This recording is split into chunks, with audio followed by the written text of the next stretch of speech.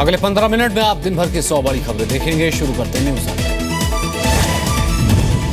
सोनिया गांधी के दखल के बाद कांग्रेस और समाजवादी पार्टी में गठबंधन को लेकर बात बनी। दोनों पार्टियां मिलकर 403 सीटों पर चुनाव लड़ेंगी। यूपी चुनाव में कांग्रेस और अखिलेश यादव ने दी 105 सीटें, वहीं समाजवादी पार्टी 298 सीटों पर चुनाव लड़ेगी। साझा प्रेस कॉन्फ्रेंस में अखिलेश यादव को फिर से मुख्यमंत्री बनाने के लिए संकल्प लिया गया। प्रेस कॉन्फ्रेंस में किरणमय नंदा और राज बब्बर मौजूद रहे। बीजेपी ने उत्तर प्रदेश में 155 उम्मीदवारों की दूसरी लिस्ट जारी की। राजनाथ सिंह के बेटे पंकज सिंह नोएडा से चुनाव लड़ेंगे। यूपी चुनाव में रीता बहुगुणा जोशी का लखनऊ कैंट से बीजेपी ने दिया टिकट। बीजेपी ने अब तक 304 उम्मीदवारों के नामों की घोषणा की।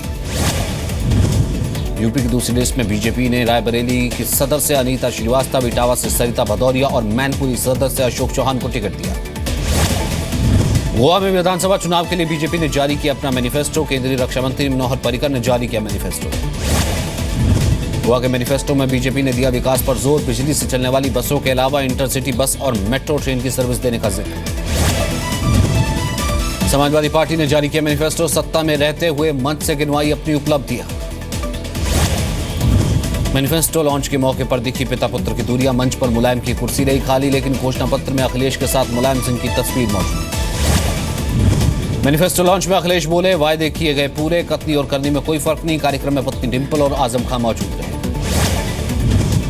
अखिलेश ने किया, दोबारा सत्ता मिली तो क्षेत्र के विधायक बनाएंगे विकास का रोडमैप, सभी को साथ लेकर चलेंगे।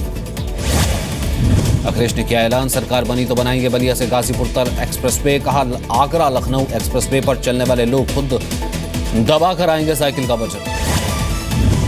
समाजवादी पार्टी के मैनिफेस्टो में अखिलेश ने उत्तर प्रदेश के हर जिले को 4 लेन से जोड़ने का प्रस्ताव दिया। मेरठ, आगरा, कानपुर, वाराणसी में भी मेट्रो दौड़ाने की बात कही। सत्ता में आने पर बुजुर्गों के लिए ओल्ड एज होम बनाएगी समाजवादी सरकार। 1 करोड़ लोगों को मिलेगी 1000 रुपए महीने की पेंशन। रोडवेज बसों में महिलाओं का आधा होगा किराया। मंच से अखिलेश ने समाजवादी किसान कोष बनाए जाने का भी ऐलान किया। पढ़ाई में तेज छात्रों को लैपटॉप और स्मार्टफोन देने का वायदा। अखिलेश ने यूपी के कुपोषित बच्चों को 1 किलोग्राम घी और 1 डिब्बा दूध पाउडर हर महीने देने का वायदा किया। कहा, मजदूरों के लिए रियायत दर पर खाना भी देंगे। मंच से अखिलेश ने केंद्र की मोदी सरकार पर निशाना साधा। कहा, 3 साल में अच्छे दिन और विकास नहीं आया। विकास के बहाने झाड़ू लगाई और योगा कराया। अखिलेश ने मायावती पर हमला बोला। कहा, पत्थरों वाली सरकार टीवी पर बहुत दिख रही है, सोचो टीवी से पत्थर टकराएगा तो क्या होगा। समाजवादी पार्टी के मैनिफेस्टो को बीजेपी ने बताया झूठे वायदों का पुरिंदा। केशव प्रसाद मौर्य बोले, अभी तक अखिलेश ने पिछले वायदे पूरे नहीं किए। समाजवादी पार्टी के मैनिफेस्टो पर मायावती ने किया पलटवार। कहा, मैनिफेस्टो है जनता को धोखा देने का आरोप। 5 साल में सरकार से ज्यादा अपराधी एक्टिव रहे। अखिलेश के तंज पर मायावती ने भी जवाब दिया। कहा, हाथी का नाम लेकर मेरी पार्टी का प्रचार करने का शुक्रिया। जनता से बोली, बहकावे में ना। वाराणसी में अमर सिंह ने की अखिलेश की तारीफ, लेकिन कहा, प्रशंसा का मतलब ये नहीं कि मैं पार्टी से अपना निष्कासन वापस लेने का आवेदन कर रहा।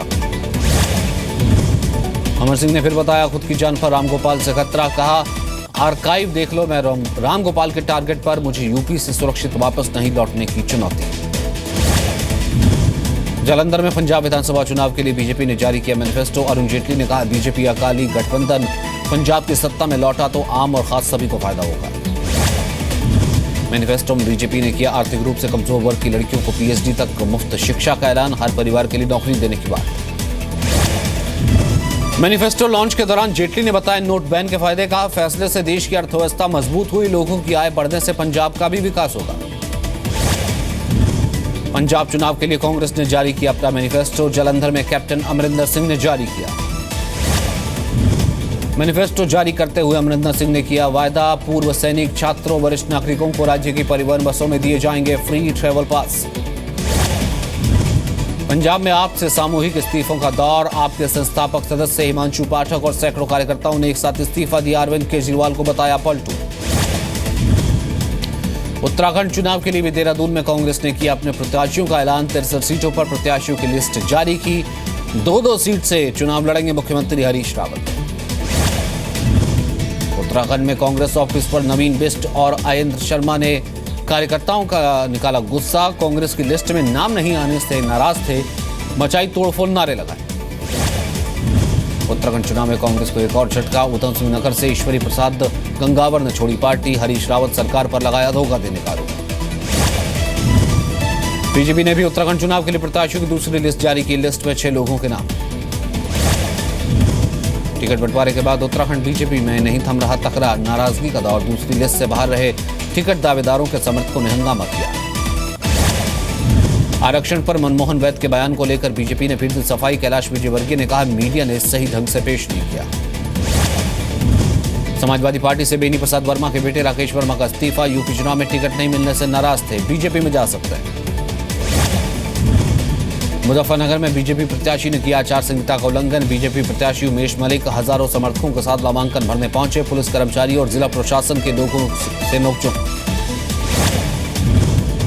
यूपी में बीजेपी के स्टार प्रचारकों की लिस्ट में सीनियर नेताओं की गैर मौजूदगी पर पार्टी ने सफाई दी। सिद्धार्थनाथ सिंह ने कहा, सवाल उठाने वाले पहले अपने घर के बुजुर्गों की इज्जत करना सीखें। बीएसपी के राष्ट्रीय महासचिव नसीमुद्दीन सिद्दीकी ने समाजवादी पार्टी पर बोला हमला। कहा, कानून व्यवस्था को बनाए रखने के लिए मायावती ने मंगवाई थी 20 करोड़ की लाठियां। यूपी के गोरखपुर में योगी आदित्यनाथ को सीएम बनाने के लिए पूजा पाठ। मुस्लिम कार्यकर्ताओं ने गोरखनाथ बाबा पर चढ़ाई खिचड़ी। उत्तराखंड के पिथौरागढ़ में 8 मतदान केंद्रों पर वेबकास्ट की व्यवस्था। 15 फरवरी को मतदान। यूपी के मुरादाबाद में 124 पेटी विदेशी शराब मिली। आरोपी भी गिरफ्तार। मिली ट्रक जब्त। यूपी के झांसी में चेकिंग के दौरान 4,45,000 बरामद। ट्रक जब्त। आयकर विभाग को सूचित किया गया। यूपी के बागपत में एक कार से 2,85,000 रुपये बरामद। कारोबारी युवक से पूछताछ जारी। यूपी के बागपत में 5 लोगों को बंधक बनाकर बदमाशों ने लाखों की लूटपाट की। विरोध करने पर डेयरी मालिक के साथ मारपीट। यूपी के बागपत में एक मंजिले की महिला ने जमकर पिटाई की। दिल्ली यमुनोत्री हाईवे पर दौड़ा कर पीटा। अलीगढ़ के यमुना एक्सप्रेसवे पर हथियारबंद बदमाशों ने लूटी बस। यात्रियों को मारी गोली। यूपी के गाजीपुर में पुलिया से नीचे बस गिरी। 17 लोग जख्मी, 7 की हालत गंभीर। यूपी के गोरखपुर में इंटरनेट के जरिए 30 लाख की ठगी। गैंग को पकड़ने के लिए तफ्तीश में लगी पुलिस। यूपी के सहारनपुर में पुलिस ने 2 बदमाशों को मुठभेड़ के बाद गिरफ्तार किया। एक पिस्टल, 2 जिंदा कारतूस, एक चाकू, लूटा हुआ मोबाइल मिला। यूपी के शामली में दुल्हन ने ससुराल से लाखों की ज्वेलरी लेकर फरार हो गई। लुटेरी दुल्हन की खोजबीन जारी। आगरा में देसी शराब ठेके में 2 कर्मचारियों के शव मिले। पुलिस ने जताई हत्या की आशंका। पुलिस ने जांच शुरू की। अरुणाचल प्रदेश के जयरामपुर में सेना के साथ उग्रवादियों की मुठभेड़। 2 उग्रवादी मारे गए, 2 जवान भी शहीद। आंध्र प्रदेश के विजयनगरम में कुनेरू स्टेशन के पास ट्रेन हादसा। 36 लोगों की मौत, 100 जख्मी। हीराखंड एक्सप्रेस हादसे में 54 लोग घायल हुए। हादसे के बाद प्रशासन ने जारी किया हेल्पलाइन नंबर। ओडिशा के रायगढ़ से 35 किलोमीटर दूर विजयनगरम के कुनेरू स्टेशन के पास हादसा हुआ। पीएम मोदी ने दुख जताया। रेल हादसे के बाद रेल मंत्री सुरेश प्रभु ने घटनास्थल का दौरा किया। बचाव और राहत का जायजा लिया। रेल हादसे से बचाव के अभियान में एनडीआरएफ की 5 टीमें रवाना। राहत और बचाव का काम जारी। रेलवे ने किया मुआवजे का ऐलान। मरने वालों के परिवार को 2 लाख, गंभीर रूप से घायलों को 50,000 रुपए। पाकिस्तान के कब्जे से छूटकर आए भारतीय सेना के जवान चंदू चौहान के परिवार से मिले रक्षा राज्य मंत्री सुभाष भामरे। कहा, मोदी सरकार की कूटनीति रंग लाई। तमिलनाडु के तिरुचिरापल्ली में जल्लीकट्टू का आयोजन। 100 सांड और 500 लोगों ने हिस्सा लिया। तमिलनाडु सरकार ने सुप्रीम कोर्ट में दाखिल की कैविएट। कहा, जल्लीकट्टू पर अध्यादेश को चुनौती देने से पहले राज्य के पक्ष को सुनवाई। चेन्नई में डीआई ने हवाला दिया भंडाफोड़ का। चेन्नई एयरपोर्ट से 5 आरोपी गिरफ्तार। जयपुर लिटरेचर फेस्टिवल में पहुंचे जी न्यूज के editor in chief Sudhir Chaudhary. News and views the truth of the news room session में बताए ईमानदार पत्रकारिता से जुड़े कई अहम राज। जयपुर लिटरेचर फेस्टिवल के चौथे दिन शशि थरूर ने रिमेंबरिंग द राज सेशन में अपनी किताब पर चर्चा की। कहा, अंग्रेजों ने गुलाम बनाने के लिए भारत का कारोबार बर्बाद किया। जेएनयू से लापता नजीब मामले में यूपी के महाराजगंज में दिल्ली पुलिस की छापेमारी। शमीम नामक युवक गिरफ्तार। शमीम ने मांगी थी नजीब के घर वालों से फिरौती। 26 जनवरी के मद्देनजर सुरक्षा के पुख्ता इंतजाम। दिल्ली छावनी में तब्दील। दिल्ली पुलिस के करीब 35,000 जवानों की तैनाती। बिहार के समस्तीपुर रेलवे स्टेशन पर पकड़ा गया फर्जी जवान। पहचान पत्र के साथ नकद रुपए भी मिले।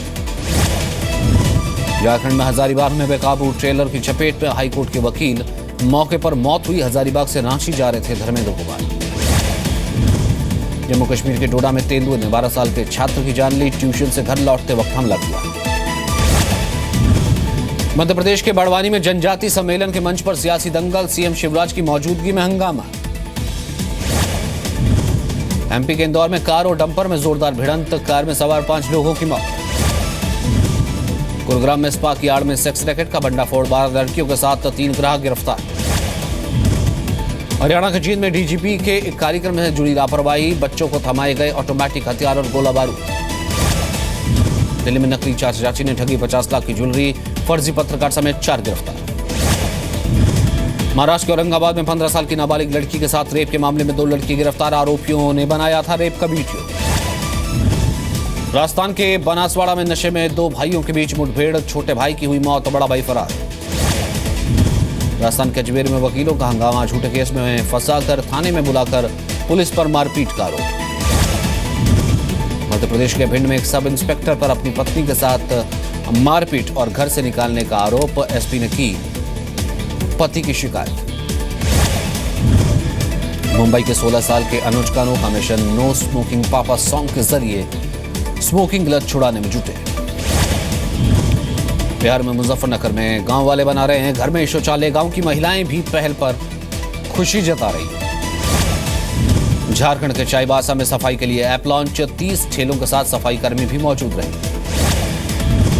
पाकिस्तान के सिंध में चीन और पाकिस्तान के खिलाफ प्रदर्शन, पाकिस्तान चीन इकोनॉमिक कॉरिडोर का विरोध। स्विट्जरलैंड में हॉट एयर बैलून फेस्टिवल, 15 देशों के 17 बैलून पायलट ले रहे हिस्सा। रोमानिया की नाइट क्लब में लगी आग, 40 से ज्यादा लोग झुलसे, घायल लोग अस्पताल में भर्ती। माइक्रोसॉफ्ट में छटनी की तैयारी, खतरे में 700 कर्मचारियों की नौकरी, 26 जनवरी को ऐलान हो सकता है। पंजाब में बीजेपी का घोषणा पत्र जारी, अरुण जेटली बोले 1 जुलाई से लागू किया जाएगा जीएसटी। कोलकाता वनडे में टीम इंडिया की खराब शुरुआत, रहाणे राहुल सस्ते में आउट, विराट ने बनाए 55 रन, क्रीज पर धोनी युवराज। तीसरे वनडे में इंग्लैंड ने ईडन गार्डन स्टेडियम पर अब तक का सबसे बड़ा स्कोर खड़ा किया, 8 विकेट के नुकसान पर बनाए 321 रन। कोलकाता वनडे में रविंद्र जडेजा ने बनाया शानदार रिकॉर्ड, जडेजा के नाम 128 वनडे में 151 विकेट। तीसरे वनडे में सबसे सफल गेंदबाज रहे हार्दिक पांड्या, 10 ओवर में 49 रन देकर 3 विकेट लिए। साइना नेहवाल ने जीता मलेशिया मास्टर्स का खिताब, थाईलैंड की पोर्नपावी चांचुवोंग को सीधे सेटों में हराया। विश्व के नंबर 1 खिलाड़ी एंडी मरे ऑस्ट्रेलियन ओपन से बाहर, जर्मनी के मिशा ज्वेरेस ने 5-7, 7-5, 2-6, 4-6 से हराया। ऑस्ट्रेलियन ओपन के महिला डबल्स में सानिया मिर्जा बाहर, जापान की जोड़ी ने तीसरे राउंड में हराया। भारतीय बॉक्स ऑफिस में सबसे ज्यादा 375 करोड़ की कमाई करने वाली फिल्म बनी दंगल, आमिर खान ने अपनी पिछली फिल्म पीके को पछाड़ा। अपनी फिल्म रईस के प्रमोशन के लिए मुंबई से दिल्ली तक ट्रेन की यात्रा करेंगे शाहरुख खान, 25 जनवरी को फिल्म आ रही है। अपनी एक्शन फिल्म बागी के सीक्वल के लिए इंटरनेशनल एक्शन डायरेक्टर टोनी चिंग से ट्रेनिंग लेंगे टाइगर श्रॉफ, 2017 में शुरू हो सकती है फिल्म की शूटिंग। अपने एक्स हस्बैंड ऋतिक रोशन की फिल्म काबिल में एक्टिंग के मुरीद हुई सुजैन खान, कहा फिल्म में ऋतिक की एक्टिंग ने दिल छुआ।